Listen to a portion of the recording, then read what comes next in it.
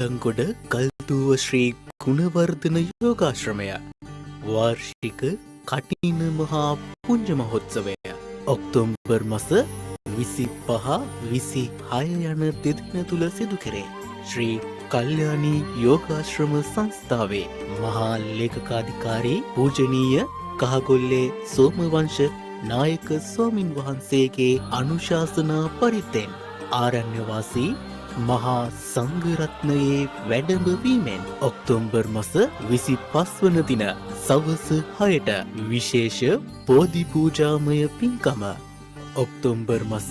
26 වන දින උදෑසන 9ට ශතාධික ආරණ්‍යවාසී මහා සංඝරත්නයට පිදෙන පිණ්ඩපාත දක්ෂිනාව පිරිනැමීම එදින උදෑසන 9:30ට කටින චීවර පූජාව සිදු කිරීම එදින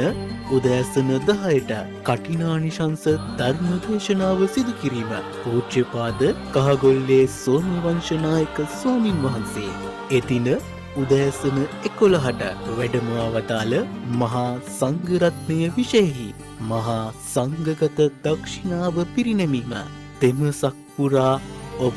අප්‍රමාණව රැස් කළ පුණ්‍ය මහිමය අනුමෝදන් කර ගැනීම පිණිස සදැහැති ඔබ සැමට